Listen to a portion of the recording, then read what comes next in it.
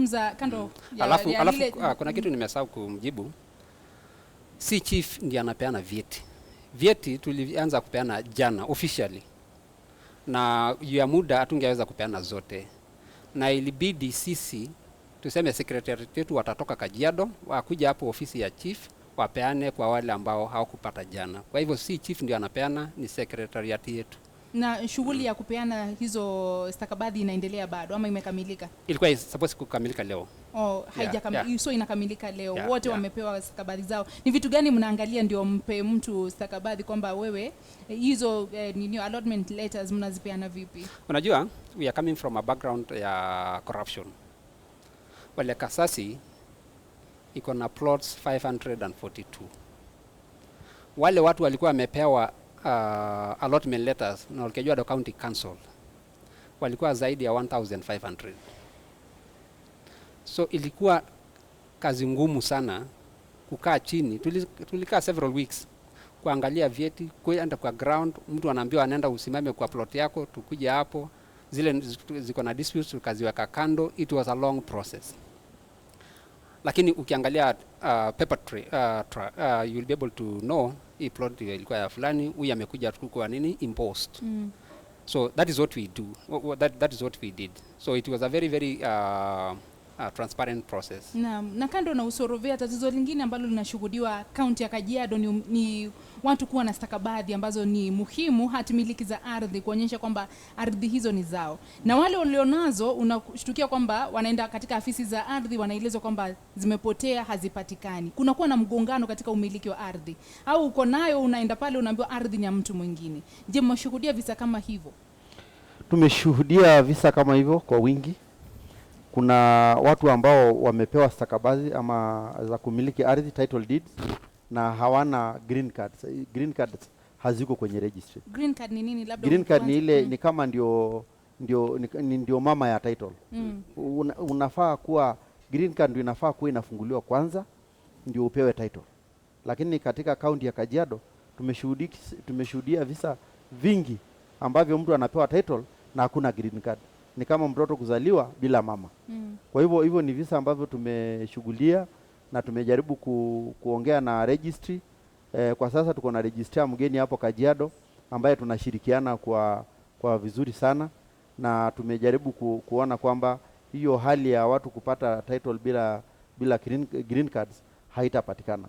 Pia kuna shida ambayo unakuta mtu ako na title yake na alikuwa na green card, hata alifanya search mwaka uliopita, lakini akija mwaka huu anakuta hiyo green card haiko. Imepotea huko kwenye registry.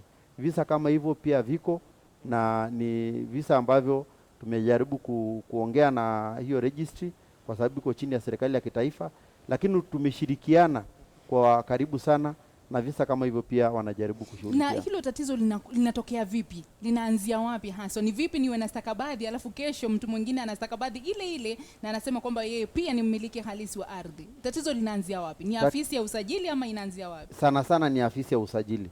Unakuta kwamba kuna a lot of corruption huko ndani. Kuna watu ambao wanashirikiana na brokers, wanashirikiana na watu wengine ambao wanataka kutapeli wengine ardhi zao. Wanaenda wanatoa hizo stakabadhi alafu wanabadilisha umiliki wa hiyo ardhi. Na ndio tumeona kesi nyingi zimeingia kotini. Je, tatizo hili, kwa sababu hatuwezi kusuluhisha jambo iwapo hatujaweka misingi ya kulisuluhisha, kwa sababu iwapo masorovia tunapata kuna mgongano kati ya serikali ya taifa na serikali za county, tunapata wale ambao ni bandia wanaenda kufanya usorovea, stakabadhi ndio hizi zinapeanwa kinyume cha sheria. Je, tutasuluhisha vipi tatizo hili iwapo mizizi yake imejikita kiasi hiki? Unajua Zubeida, leo tunazungumzia mambo ya ardhi. Kesho tutakuja kuzungumzia tena shida nyingine ambayo haihusishi na mambo ya ardhi. Naam. Shida lililoko hapa Kenya ni shida ya uongozi. Naam. Shida ya uongozi ndio imeleta hii shida yote, kwa sababu kama mimi nikiwa kwa ofisi yangu kuna zile expectations ambazo watu wanatarajia ni ile mandate nimepewa, lakini unakuta kwamba kwa hizi offices watu wameabuse. Saizi alikuwa anazungumzia mambo ya green card. Green card inaitwa green card kwa sababu karatasi yenyewe ni green, it's a card. Na ni ndio record ya hiyo shamba. Kama wewe kuna kashamba yako hiyo green card, mtu akienda kuangalia atapata all the information kuhusu hiyo shamba. Kwa hivyo hata it's more important hata kuliko title deed. Na kwa kweli hizi green cards zimekuwa zikidisappear kwa registry ya Kajiado na Ngong. Na zina disappear kwa sababu wale watu ambao wamekuwa wako na jukumu ya to safeguard hizo green cards wana collude na land brokers, wana collude na cartels. Hizi cartels zinaanzia ardhi house, mpaka hata unakuta kwamba hata yule sweeper kule kwa registry ya Kajiado ama Ngong, si sweeper peke yake amewekwa hapo, nao cartels kuna jukumu zingine ambazo wewe huwezi jua, na kuna nguvu kuliko hata saa zingine huyu land registrar. Mpaka saa zingine hata land registrar ni ngumu sana ku discipline one of his officers, however junior, kwa sababu wako na godfathers. So hiyo shida inatokea juu ya officers ambao they don't respect their mandates. Tumekuwa na land registrars wengi Kajiado, na unakuta kwamba land registrar mchana anafanya hapo kwa ofisi ya land, kwa registry. Usiku anaenda kwa ofisi yake, inaweza kuwa hapa Kitengela ama Matasi ama wapi, usiku, na wanaenda wana print title deeds, new title deeds, na ana sign. So huwezi sema hizi amesign ama they were forged. They are not forged. So ni kazi ambao wale watu ambao wamekuwa mandated kufanya hiyo kazi ni wao tu ndio wanafanya hii mambo ya hii corruption. So ni kitu ambayo imekuwa rotten. Hata wewe saa zingine unataka kununua shamba, the first step unafanya ukitaka kununua shamba ni kwamba unaenda kufanya search, na chances ni kwamba utaenda unafanya search na inakuonyesha iko clean. Kwa sababu yule broker anakuongoza ameshikana na watu wa registry, either clerk ama land registrar wameshikana. Kwa hivyo wanajua kuna mtu anakuja kufanya search ya shamba fulani, so wanatoa ile green card, wanaweka ile ambayo wewe ukija inaonyesha iko clean. So wewe unaenda unanunua, unalipa, utakuja kugundua kwamba shamba si ya ukweli. Siku ile unataka kwenda kudevelop, utakumkuta mwenyewe ako na cheti chake wapi? Nyumbani. Naam. Na ndio tunaona migongano na ghasia na maandamano yakiandaliwa kwa sasa, kwa sababu mtu anaenda pale anathibitisha kweli mimi nina hati miliki ya ardhi. Naponunua ardhi pia napaswa kupewa hiyo green card, ama napewa tu hati? Mimi nimekuja tu nikanunua, napatiwa tu hati, ama lazima niwe na hiyo green card? Lazima uwe na hiyo green card. Na kama sina lakini nina hati, unajua hiyo sio unapewa. Hiyo green card inabaki kwenye registry. Kwa hivyo haufai kuwa nayo. Haubebi green card. Lakini wakati unaenda kufanya search, ukiambia shamba lako liko ama liko sawa, ni kumaanisha green card iko. Naam.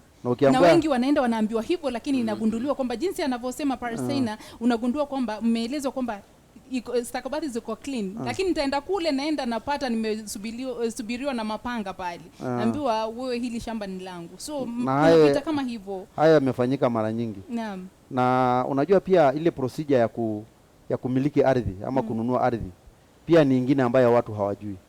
Unajua ili uweze kununua shamba, procedure ni kwamba yule mtu ambaye anauza, ili aweze kugawa hilo shamba auze, kwanza lazima apate idhini ya physical planning. Physical planner lazima aseme hiyo shamba iko sawa kugawa, kwa sababu kulingana na zoning plan ya hii area tumeruhusu kugawa mpaka kiwango fulani. Na ikifika kiwango ambaye hairuhusiwi, physical planner anapeana comment, anasema hapo hauwezi ukauza. Na hiyo ni step moja ambayo watu huwa hawazingatii kabisa. Watu wanaenda kwa land control board, na hizi land control board zenyewe ni ziko na ufisadi, na unakuta kwamba kuna zingine ambazo wale ambao waliteuliwa si ndio wanaenda kukaa, ni wengine ambao wanaitwa na wale ambao wanafanya hiyo kazi. Wale ambao wanafaa kusimamia wanaita wale watu ambao wanataka tu kuita, sio wale ambao wamekuwa wameteuliwa. Kwa hivyo na hatua ya pili baada ya physical planning kupeana idhini, unafaa kwenda kwa land control board, na katika land control board familia inafaa kuhusishwa. Kama wewe ni mume, unafaa kuhusisha mke wako ama wake zako, na hata watoto wanafaa kuhusishwa, kusema kwamba nataka kuuza hii ardhi, alafu mnafaa kwenda kwa agreement, wake wanafaa kusign. Lakini katika Kajiado unakuta wazee wanauza shamba, wanauza ardhi, kina mama hawajui. Mzee ako na wake 4, mzee ako na wake wawili ama hata mmoja na hajui kwamba ardhi inauzwa, alafu anaenda Land Control Board inapitisha, na unajua hiyo pia ni irregularity. Alafu baada ya ardhi kupitishwa na Land Control Board na kupeana consent, survey sasa inafaa kuchukua waenda wafanye kuamend hiyo registry index map. Hiyo map ya hiyo sehemu wanafaa kuamend, wachore, waseme hii ardhi ndio imenunuliwa, na waweke kopi ya hiyo katika hiyo consent ndio iende kwa registry for registration. Unajua katika kaunti ya Kajiado amendment ya hiyo RM haijafanyika kwa zaidi ya miaka 10 iliyopita. Sasa hizi tuko na vipande vya ardhi ambazo ziko na stakabadhi, lakini kwenye map haziko, na hivyo vipande ni zaidi ya milioni 7.5. Na katika hivyo vipande vingi ni kwamba utakuta kuna overlap, unakuta zingine zimeingia mpaka kwa barabara, unakuta zingine zimeenda kwenye mito, riparian reserve, kwa sababu wala wamechora hawajafanya amendment vizuri, hawajaenda kwenye ground. Lakini yule mwananchi ambaye anakuja, yeye anataka tu stakabali, hataki kujua kwamba hatua imefuatwa kwa njia ambayo inapaswa. Naona muda unakimbia sana. Sijui kama matatizo haya ndio bado tunashuhudia katika zile ranchi, katika yale mashamba ya mifugo kaunti ya Kajiado. Ndio yale matatizo ambayo yanasababisha hiyo mizozo inashuhudiwa huko, ama hayo nayo ni mambo tofauti? Ndio nizungumzie mambo ya group ranches. Ningependa kusema hii mambo ya ardhi, kwa sababu kuna sekta moja ambayo imechangia sana kwa hii mambo ya road katika mambo ya ardhi katika Kajiado, and that is the provincial administration. Amezungumzia saizi ambayo kitu inaitwa Land Control Boards. Kazi yao ilikuwa ni kuangalia, ukitaka kuuza shamba utakuja mbele yao useme nataka kuuza acreage fulani, nitaachia family ya acreage fulani, na wewe kama mnunuzi utakuja, wataangalia hizo kuhakikisha kwamba haki imefanyika. Lakini kile imefanyika ni kwamba kwa sababu chairman wa Land Control Board ni DC, au saizi tunaita Deputy County Commissioners. Yeye ndio chairman, lakini ndio wapate control over hii process ya mashamba. They made sure Land Control Board members hawalipwi, so unakuta wengi wao they lose morale mpaka hata wakuji hizo mikutano. Ikawa kwamba ukizungumzia mambo ya Land Control Board unazungumzia about mtu mmoja, the chairman ambayo ni DC. Ikaenda mpaka hakuna sittings. Wewe bora tu ukuje, umeweka pesa kwa bahasha, unapeana hapo kwa secretary, inakuwa pile, ina pile. So kazi yake ni kuja tu kusign. Hata angali anakuja tu kusign, anarokota. Wakati tulikuwa kwa task force tuligundua kwamba in a week a DC anaweza pocket zaidi ya 500,000 shillings per week. Na ndivyo uliona wakati Kajiado, saa zingine hata DC anataka kupewa promotion, labda awe PC ama nini, atakataa. Hata heri asipate hiyo promotion, lakini abaki tu hapo Kajiado. Ama kama ni DO, heri asitoke hapo Ngong ama Kajiado, badala kwenda kuwa DC pale pengine. Tukija mambo ya group ranches. Mambo ya group ranches ni kitu inaitwa impunity. Na hiyo impunity imetokana na ile sheria inasimamia mambo ya group ranches. Kuna what is called Group Representative Act. Hii act, it is like it is so simple. Haina mambo ya term limits. So our officials, chairman, secretary na treasurer, wanaendesha hizo group ranches kama mashamba zao binafsi. Hiyo ndio shida ile iko. Tumeona wengine muda umekwisha, sijui nitaandaa kipindi kingine kwa sababu hii mada ni pana sana, hatuwezi kuikamilisha na kipindi kimoja. Itabidi labda tufanye awamu ya pili ya mahojiano haya wiki ijayo. Si ndio? Yes. Tutafanya wiki ijayo kwa sababu kuna wale wanauliza iwapo unataka kuthibitisha kweli kuhusu hizo stakabadhi unaweza kufanya nini, kufanywa search na nani kuhakikisha kwamba kweli ni stakabadhi za ukweli. Awamu ya pili ya mahojiano haya wiki ijayo, mtazamaji, wageni wangu wameahidi, si ndio?